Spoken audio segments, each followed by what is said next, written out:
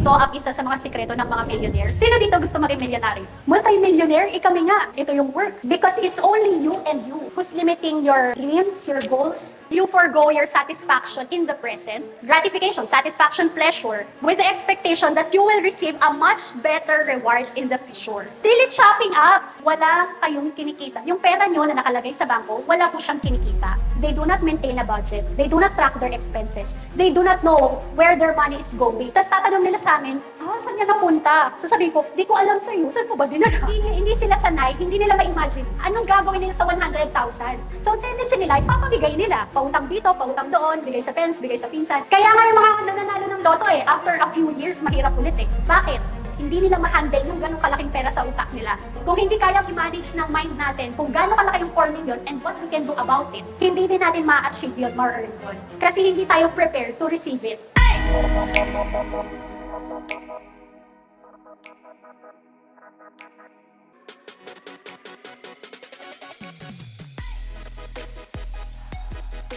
Hello, Ruralites! Good afternoon! It's really a privilege to be here, walking again kanina. After 12 years, ngayon lang ulit ako bumalik. Yan.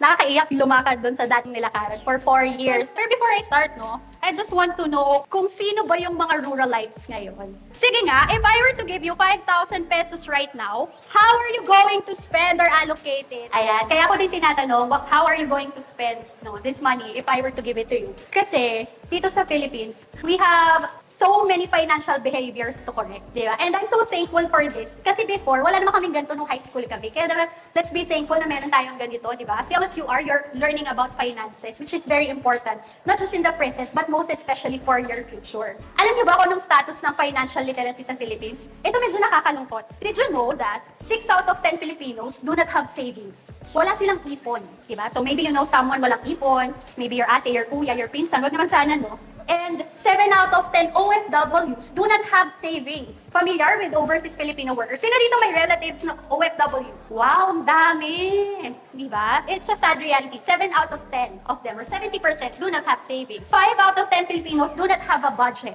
Sino dito, as young as you are, may nagpa-budget ka, meron kang budget na nakalista talaga. This part of my money goes to this. Wow, nakakatuwa. Medyo madami. O, di ba? Mukhang 50%. So, tama yung statistics natin. 5 out of 10. And next, 5 out of 10 Filipinos have an outstanding loan. Mainly with family and friends. In other words, 50% of adult Filipinos may utang. Sino dito may utang? Ayan, di ba may utang from family and friends? So, bakit tayo palaging may utang, di ba? Makikita nyo, borrowing is the main coping mechanism ng mga Filipinos. Kapag wala kang kilalang may utang, baka wala ka sa Pilipinas. Tama? It may be your parents, huwag naman sana, your relatives, your friends, or maybe you. And dahil doon, 40% depend on financial support from their loved ones. Why? Kasi laging kulang. Kaya nga sila nangungutang It's either nangungutang sila or they depend on their loved ones. Di ba? For example, we know people na kasama nila yung mga lolas nila sa bahay, which is okay lang naman. Kasi syempre, they need someone to take care of them. Pero there are instances na kasama nila yung relatives nila because yung relatives nila na yun can't sustain themselves on their own. And 70% of elderly Filipinos live with their children. And these children are what we call the sandwich generation. Maybe your parents are part of it. Pero syempre, we hope not, di ba? Sandwich generation are those people na they are supporting their parents at the same time, they are supporting their children. Di ba? You're supporting 2 generations. Mahirap kayang umunlad when you're supporting 2 generations. Yung ibibigay mo na lang sa kids mo, bibigay mo pa sa parents mo. That's the reality of financial education, financial habits dito sa Philippines, So, bakit ganon? Because the average SSS pension is only 5,000 to 18,000 per month. Baka nga mas malaki pa yung allowance nyo. Sino dito may allowance more than 18,000 per month? Wow! O may 2, 3. O, di ba? Mas malaki pa yung allowance nyo kaysa dun sa SSS pension. Paano ka mabubuhay ngayon with 18,000 per month? Another thing, only 10% have any form of insurance. So what are examples of insurance? Car insurance, life insurance, health insurance, fire insurance. Only 10% doon. Eh di ba, insurance is what we need when there are sad events, sickness, accident, or death. So, ibig sabihin nun, kung 10% lang yung prepared, kapag nagkaroon ng sickness or accident or death, pupunta talaga tayo sa family and friends natin. And it's a cycle, utang, magiging dependent, etc. Di ba? And alam nyo ba, o sana hindi kayo part dito, in the last 10 years, 90 billion ang scam na money in the Philippines. Imagine, gano'n yung kalaki, 90 billion. Bakit? Bakit sila na-scam? Because in the 2021 survey, only 4% correctly answered what is inflation and what is interest. Sige nga, sino dito alam ko ano yung inflation? Can you share? Ano yung inflation? Wala pang econ? May econ na ba kayo? Kaso GDP, baka second sem pa. Okay, inflation is the rise of the prices of goods. In other words, nagmamahal daw yung mga bilihin natin. For example, pumunta kayo sa Save More, meron kayong basket na worth 100 pesos noong 2023. Tapos sinapin nyo yun ngayong 2024. Hindi na daw siya worth 100 pesos lang. 104 pesos na siya because there is 4% interest rate. So every year, nagmamahal ng 4% yung mga bilihin.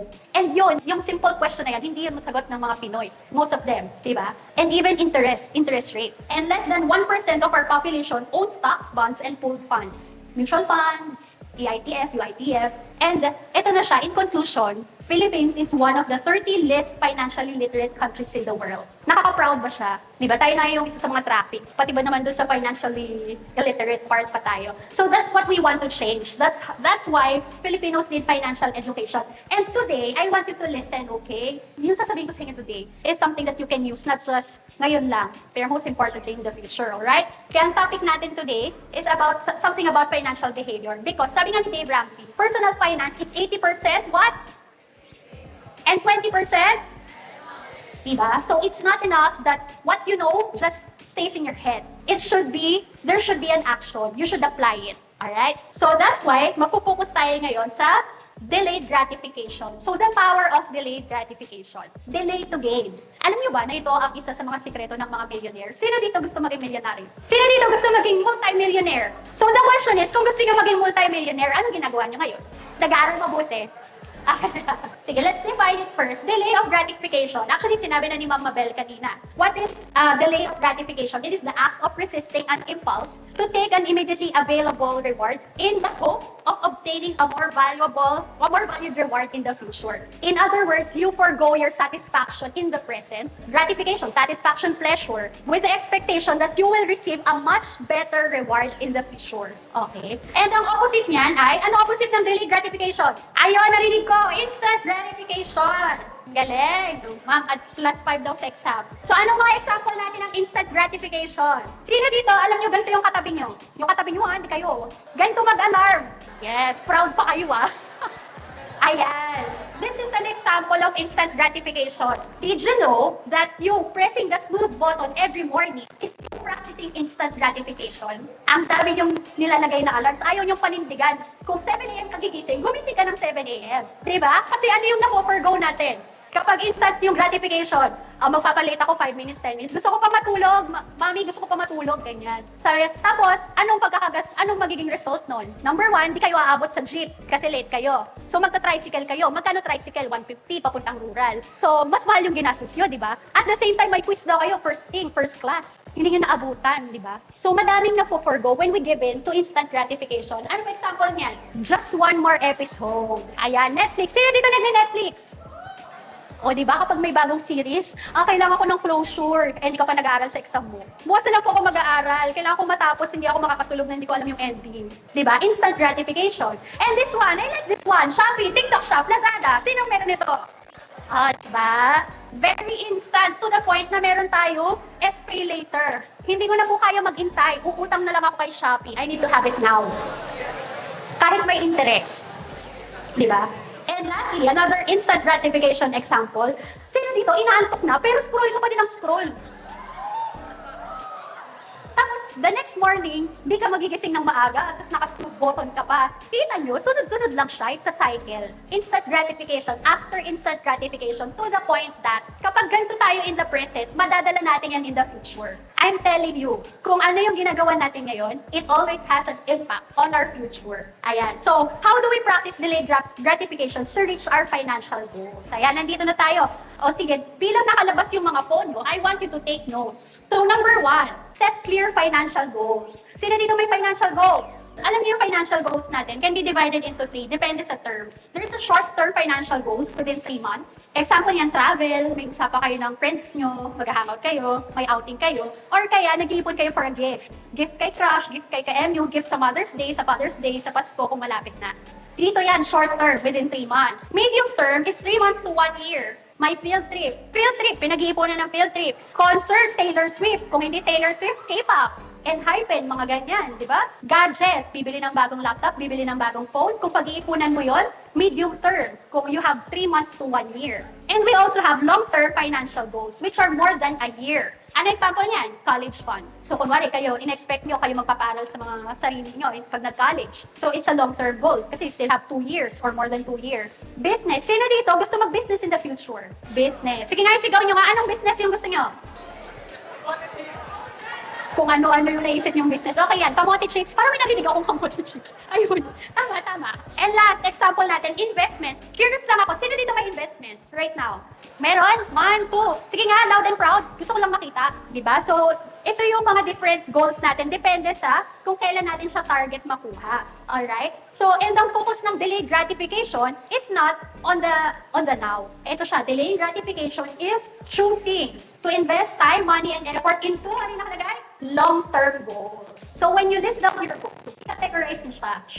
Short-term, medium-term, long-term. So, pag short-term, within 3 months. Kapag medium-term, 3 months to 1 year. And kapag long-term, more than a year. So, you're not too young to start writing your financial goals. Pwede na kayong mag-start ngayon pa lang. Okay? So, ngayon, next. Ano ngayon kung naset mo na yung financial goals mo? Next is number 2. Ito na, number 1, set clear financial goals. Number 2 is, ano yung nakalagay?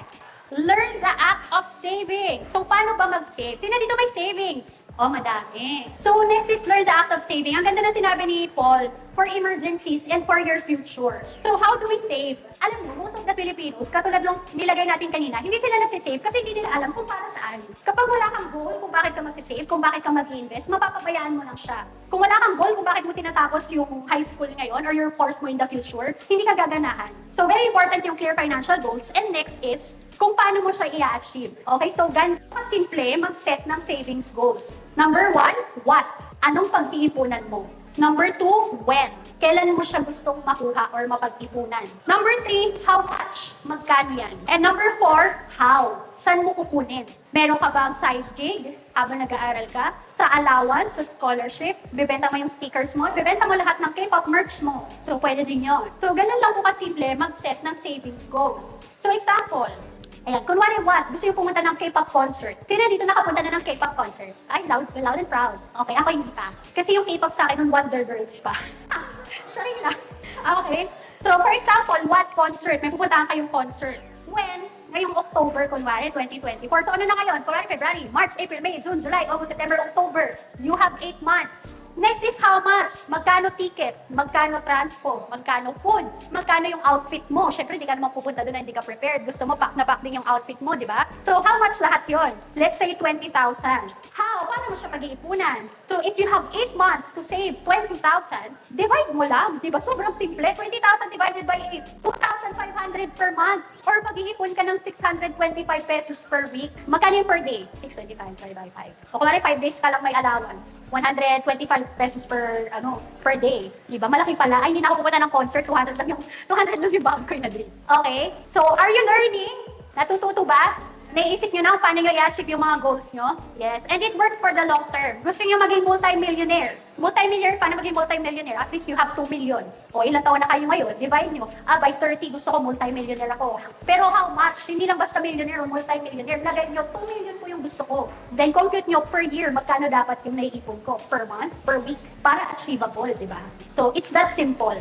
Yan. Kasi tayo kasing mga Pilipino, meron tayong 2x. Dalawang itlog. Yung una, you spend. And then, kung anong natira, yun yung iipunin mo. Sino ganito? Gagastusin ko muna pag may natira, yun yung iipunin ko. Meron? Yes. Alam niyo ba na this is what we call the YOLO mindset. YOLO, you only live once. So, you spend first and then you save. And ang tawag sa atin dyan ay accidental saver. Ay, may natira, may naipon ako. Diba? Ganon yung nangyari. Ay, walang natira, wala akong ipon. Accidental saver. As much as possible, ayaw natin nun. Gusto natin at least ito. Kapag nakuha natin yung allowance natin from our parents' scholarship, income, magsisave muna tayo. Babawas natin yung savings natin. And whatever is left, yun yung gagastusin natin. And that's what you call, you pay yourself first. Yan. This is the millionaire's mindset. Pag nakuha mo yung pera, itatabi mo muna yung gusto mong ikunin, the rest, saka mo gagastusin. Pero sino nga dito gusto maging multi-millionaire? O Marnie, paano kapag multi-millionaire ang gusto ko? Ang gagawin nyo, kapag nakuha niyo yung pera nyo, you save, you invest. And then whatever is left, yun yung pwede mong gastusin for your needs and wants. That's the multi-millionaire's mindset, saving and investing. Because, bakit ko sinasabing pati investing? Alam niyo ba, magkano ang interest rate sa commercial bank? BPI, BDO, sa savings? Sino may idea? Wala? Sino dito may pera sa bangko? Wow, love it! Okay, love it. Alam niyo ba na ang interest rate lang sa commercial bank is just 0.06%. Percent na yun move 2 decimal places to the left ka pa. Eh kung may 1,000 pesos ka, magkano lang yung kinita mo sa isang taon? Less 20% withholding tax. Alam niyo ba na may tax yung interest niyo? So basically, wala kayong kinikita. Yung pera niyo na nakalagay sa bangko, wala po siyang kinikita. Okay, learn to invest. Kasi ako, mag-share lang akong story. Kilala niyo ba si Jollibee? Siyempre naman, no? A few years ago, siguro 2 or 3 years ago, sino familiar sa stock market? Okay, stock market is where you buy shares of Jollibee, SM, Ayala, DMCI, Mega World, BDO, BPI, Metrobank, etc. Ayan, indisa to si Jollibee. Around 2 or 3 years ago, meron ako, I set aside money or I bought shares of Jollibee, I bought stocks of Jollibee. And last time I checked, nag-grow na siya ng 100%. Makukuha mo ba yun sa bangko? 100% yung babalik ng binili mo. Doble na halos, wala, di ba? So that's why investing is very important. Also, alam na natin yung financial goals natin. Alam na natin paano tayo mag-save for our goals. Next is number 3, create and maintain a budget. Yan, create and maintain a budget. So first and foremost, kapag mag-create and mag-maintain tayo ng budget, dapat alam niyo yung difference ng needs and wants. Anong needs natin? Food, transport, loads, school supplies, utilities, kung nagdo-dorm ka, nagbabayad ka electricity, tubig, internet. Ano yung wants? Kape. O guys, ang Starbucks po, hindi po yung need ha. Want po yun. Eat out. Ang Food Panda, Grab Food, wants yan. Online shopping, gadgets, entertainment. Nanood kayo ng movie ng crush mo sa labas. Grabe. Nag-hangout kayo with friends. Wants po yun. First, we should be able to differentiate between needs and wants. Ang needs ay ito yung kailangan mo gastusin dahil hindi ka mabubuhay pag hindi mo siya ginastos. Pag di ka kumain, hindi ka mabubuhay, hindi ka makakapag-aral. Pag wala kang ginastos for transportation, hindi ka makakapunta ng school. So, it's a need. Pero yung want, kaya naman natin mabuhay ng walang kape. Medyo. Kaya naman siya. Pwede namang hindi ka magpa-deliver. O, diba? So, itong mga to, wants yan. And kapag na-determine nyo na yung needs and wants nyo, kailangan makapag-create na tayo ng budget. So, paano mag-create and maintain na budget? Plan, monitor, adjust, PMA. Plan, monitor, adjust. Planuhin mo, i-monitor mo yung expenses mo, and then saka ka mag-adjust. Okay, so paano yung plan? So, ito yung recommend ko sa inyo. So, 60-20-20 rule. 60% goes to our needs, maximum 60% goes to our needs, maximum 20% goes to our wants, and minimum 20% goes to savings and investment. So, bakit may savings and investment? Katulad natin sabi ng classmate natin kanina, for our future. Okay? So, paano? O, ganito lang yan. So, ililista niyo yung kung saan nanggagaling yung pera nyo. Yun muna. Okay? And then, after nun, ililista nyo, ano yung sa savings and investments nyo. Kunwari, emergency fund. You're saving for emergency fund, meron kang savings goal, meron kang travel fund. Ito, example lang ha. Meron kang needs dyan. Food, magkano ginagastos mo per day? 200 per day. Multiply mo by 20 days. Ganyan. Transportation, mobile load, school supplies. Wants, kape, eat out, or delivery, shopping. So, alam nyo, okay lang naman yung wants nyo, no? As long as it's within your budget. Okay, huwag kang umutang today kasi ninanakawan mo lang yung sarili mo in the future. Okay, after nyo magplano, reality would hit you na ang hirap pala mag-budget. Kasi kailangan natin mag-monitor. So, ano yung difference yun sa planning? Sa planning kasi, nakalagay lang how much yung gusto mong gastusin doon. Sa monitoring, itatrack mo na mismo yung expenses mo. Paano mag-monitor? Lahat may mobile phone, smartphone, kahit ang mobile phone. O, di ba? Meron naman. O, ilagay nyo sa notes nyo. Google Keep. Notepad. Ilagay nyo ano yung ginastos nyo ng Feb 22, 23, 24. At the end of the day or at the end of the week, ilista nyo sa notebook or kaya naka-Excel, no? Para makita nyo yung reality, where you are right now. Okay? And then, ayan, yun yung difference niya. Kailangan kita nyo yung actual. And then lastly, adjust. So, syempre, makikita nyo, ay, too good to be true pala yung budget ko. The next thing you do is you adjust. Ano yung adjust nyo? Yung budget nyo. Ay, dapat pala ganito pala yung sa food ko. Hindi pala pwede na 1K lang. Masyado ako nagugutom, hindi ako makapag-isip. And also, you adjust financial behaviors and habits. Ay, kapag pauwi na ako, hindi na ako dadaan dun sa may side ng Starbucks. Doon ako sa may kabilang side ng Vega Center kasi natitempt lang akong bumili ng kape. Ay, hindi pala muna ako sasama sa hangout kasi wala siya sa budget ko this week. So, ganun siya. PMA, plan, monitor, and adjust. O ito, I'll be serious Kanina pa naman ako seryoso. Pero I want you to hear this and remember this. Kung this time, marunong na kayo mag-budget, meron kayong discipline to monitor your finances, madadala nyo yan hanggang pagtanda nyo. Kasi kami ng husband ko, we have clients na they are earning 80,000 pesos, 6 digits, pero wala silang savings. Hindi nila alam kung saan pumupunta yung pera nila. Kahit maunti lang yung financial obligation nila. Single sila, happily living their life. Wala silang savings. Why? Because they do not have a budget. They do not maintain a budget. They do not track their expenses. They do not know where their money is going. Kaya kapag nag-uusap kami, sabi namin, kung ganito expenses mo, dapat ganito din yung laman ng bangko mo ngayon sa savings. Tapos tatanong nila sa amin, saan yan napunta? So sabi ko, di ko alam sa'yo, saan mo ba dinala? Saan yan nagastos? Okay, so you start budgeting as young as you are right now. Okay ba yon?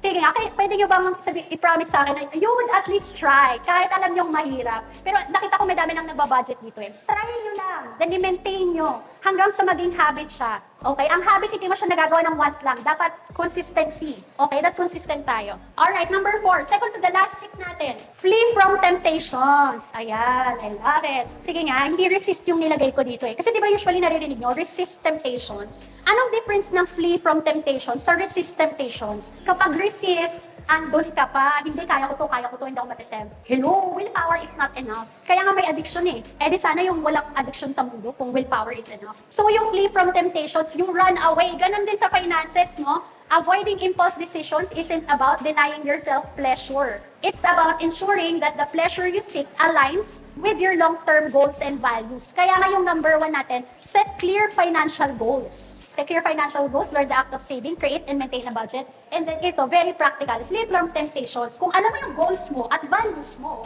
you will flee from temptations. Ano example ng flee from temptations? So, paano natin gagawin yan? Una, reflect on past impulse spending. Ay, kapag pala 2 at saka 3 nagtetempt talaga ako mag-Shopee tsaka Lazada. Diba? Kapag kasama ko yung friends ko na to, yung circle of friends ko na to, super gastos ko kasi lagi kami sa Soul Kitchen kumakain. Wow! Okay lang naman yun from time to time, basta within your budget. So, reflect on past impulse spending. Next, delete shopping apps. Ay, may papalag. What? Delete shopping apps? Pwede naman hindi nyo i-delete. Yun yung best, no? Yung best option. Pero kung hindi nyo i-delete, please lang, huwag nyo ilagay sa home screen.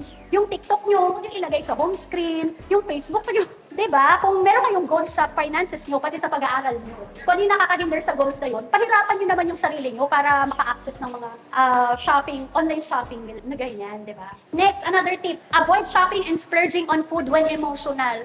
Oh my gosh, hindi ako nakapasa sa math exam ko. Deserve ko to. What? Deserve ko pa yun? Hindi ka nga nakakasa. Sorry na. Hindi ako nakapasa sa exam ko. Kailangan ko ng comfort. Kailangan ko ng Starbucks. Kailangan ko ng bagong damit kasi hindi ako pinansin ng crush ko kaninang umaga sa school. Diba? Avoid shopping and splurging on food when emotional. Same yung kapag nag-grocery ka, sabi nga, pag nag-grocery ka, based on studies, huwag ka mag-grocery ng gutom kasi mas madami kang mabibili. Next, set spending limits. Yun na yun. Kapag lalabas kayo with friends, okay, meron lang akong budget na 500. Ganyan. 300. Yan. Ako nung high school ako, ang allowance ko, 200 pesos lang per day. Sino dito allowance yung 200 pesos per day? O meron naman, okay, I'm still relevant.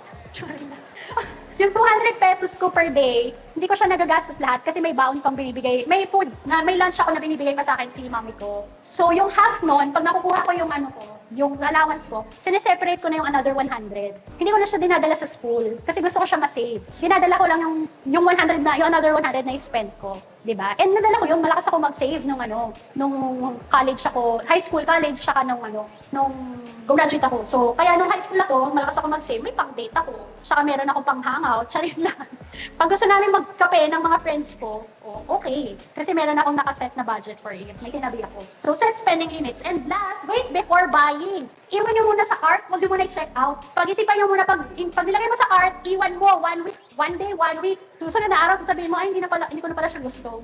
O kaya tingnan mo yung reviews. Di ba yung reviews, minsan ang ganda-ganda sa picture nung gusto mong bilhin na damit. Tapos pag tinignan mo yung reviews, parang ang kalat. So hindi na siya nakakatuwang bilhin. So ganon, wait before buying. Di mo naman kasi talaga kailangan, di ba? Kung di mo naman kailangan, edi huwag mong paggagas, huwag mong piliting gumastos mo. Alright.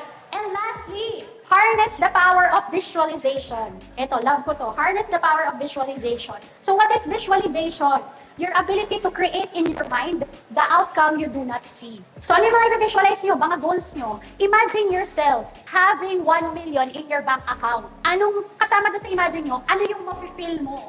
Diba? Imagine yourself driving that dream car. Anong kotse yan? Anong kulay? Anong brand? Ilang taon ka nun? Anong mafe-feel mo kapag dinadrive mo na yung kotse na yon? Imagine it. Para from your head, kapag na-feel mo, ito yung mafe-feel ko pag dinadrive ko na itong gantong kotse or may gantong kalaki sa account. Bababa yun sa puso mo, mas lalo mong matatandaan kung ano yung financial goals mo. Anong bahay yung gusto mo? High ceiling, puro salamin? Kapag doon ka nakatira, anong mafe-feel mo? Visualize it. So, paano mag-visualize? Siyempre, ayan nga, ito, pangarap natin, bahay. O ito, saan to? Saan to? Hindi dito Pilipinas. Korea yan, Korea. O, kung magta-travel ka sa Korea, gusto mong makita yung crush mong K-pop, imagine mo, anong mafe-feel mo pag nakita mo siya? O, diba? Visualization. Next, ito, saan to? Love it, alam nila, Switzerland. O ito, pag bumili ka ng kotse, o ito, ako ito yung gusto kong kotse. Alam niyo ba kung anong kotse ito? O, Ford Mustang. 4 million lang yan.